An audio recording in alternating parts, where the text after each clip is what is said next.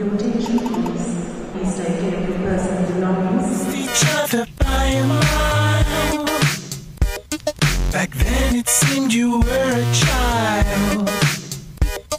At least to me I'd act so bold, so high upon my blunted throne.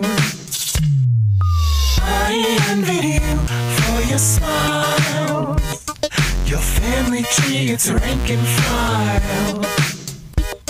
The summer house and first class smiles, your silver knife and sharpened Nile. Ow.